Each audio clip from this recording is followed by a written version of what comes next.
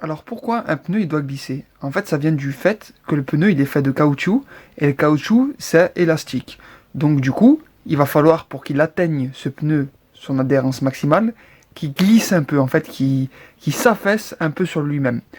Pour le freinage ou pour l'accélération, on va parler de résistance au roulement. Donc en fait, comme on peut le voir sur le premier graphique, on a la force générée par le transfert de charge au freinage, donc là, quand la voiture elle plonge, et qu'est-ce que ça va faire sur le pneu quand la voiture en fait elle plonge?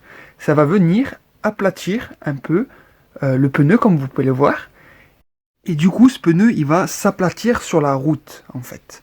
Et vu qu'il va être écrasé sur la route, ça va augmenter la surface de contact entre le pneu et la route. Et du coup le pneu en fait il a perdu sa forme ronde sur l'avant. Le transfert de charge, en fait, ça écrase la partie inférieure avant du pneu. Et vu qu'elle est écrasée, ça donne un petit angle, un angle de glissement.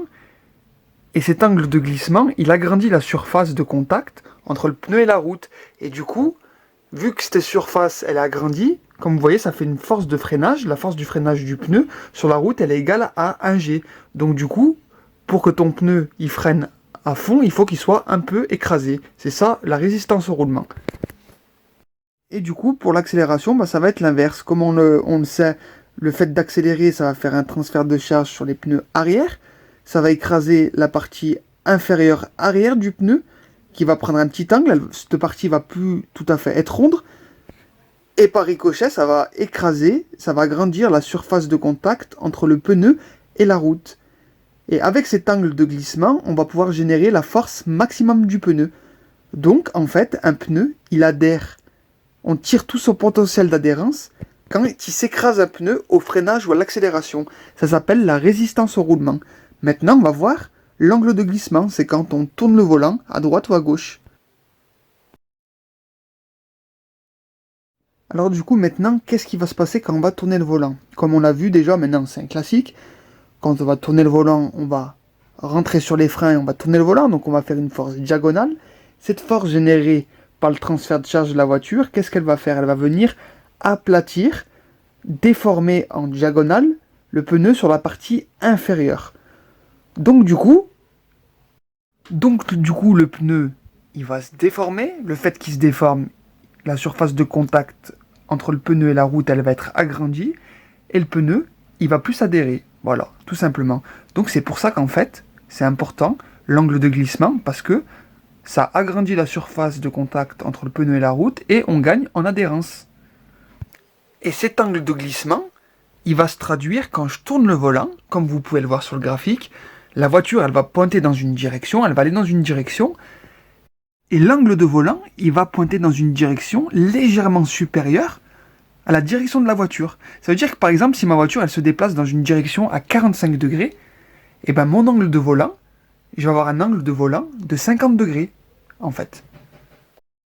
L'angle de glissement, pardon, c'est la différence entre la direction de la voiture et l'angle de volant, tout simplement.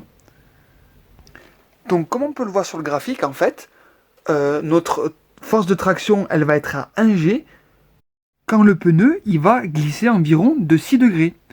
Donc, ça, c'est pour le pneu de course. 6 degrés, c'est le maximum. Ça veut dire qu'au-delà des 6 degrés, si j'essaye de mettre plus d'angle de glissement, j'aurai pas d'adhérence supplémentaire, je vais même en perdre, et en plus de ça, je vais chauffer les pneus, voire les surchauffer inutilement. Pour le pneu de route, vous pouvez voir qu'en fait, vu qu'il est plus souple qu'un pneu de course, il va pouvoir se déformer un peu plus, en fait, à peu près 8 degrés, quoi. Donc ça vient du fait qu'en fait, ouais, il est plus souple, et il mettra plus de temps pour atteindre la limite, donc on va perdre un peu en efficacité. C'est pour ça qu'il vaut mieux un pneu qui se déforme un peu moins, qui a un peu moins d'angle de glissement, mais qui va plus vite pour se déformer en fait, pour avoir l'angle de glissement max. Ça veut dire que si on reprend notre virage du circuit de Barcelone, on sait qu'avec un angle de 0 degré de glissement quand le pneu ne glisse pas, on a un quart de volant, et bien si ce virage, je veux le passer à fond, au lieu de mettre un quart de volant, donc 90 degrés d'inclinaison, je vais mettre, et ben en gros, ça fait quoi un quart de volant 80... Ouais, je vais mettre 95 degrés au lieu de 90, et là, je serai à la limite de la traction de mon pneu en fait. Donc comme vous pouvez le voir sur le graphique, tout à l'heure on a étudié dans le cas de 0 degré de glissement du pneu, on avait un quart de volant, et ben là, j'ai pu passer un peu plus vite en mettant mes 6 degrés d'inclinaison volant en plus. Et du coup, au lieu d'avoir un virage avec un quart de volant, donc 90 degrés d'inclinaison volant, et ben là j'ai 5 ou 6 degrés de plus, donc j'ai 95 degrés d'inclinaison volant. Voilà à quoi ça sert l'angle de glissement.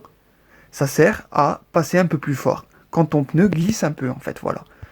Mais encore faut-il laisser autant le pneu de glisser. Ça veut dire que si je braque mon volant d'un coup, les forces, elles vont pas avoir le temps de se transférer sur le pneu n'aura pas le temps de s'aplatir en fait. Et je vous propose de découvrir ça tout de suite dans la partie transition du pneu.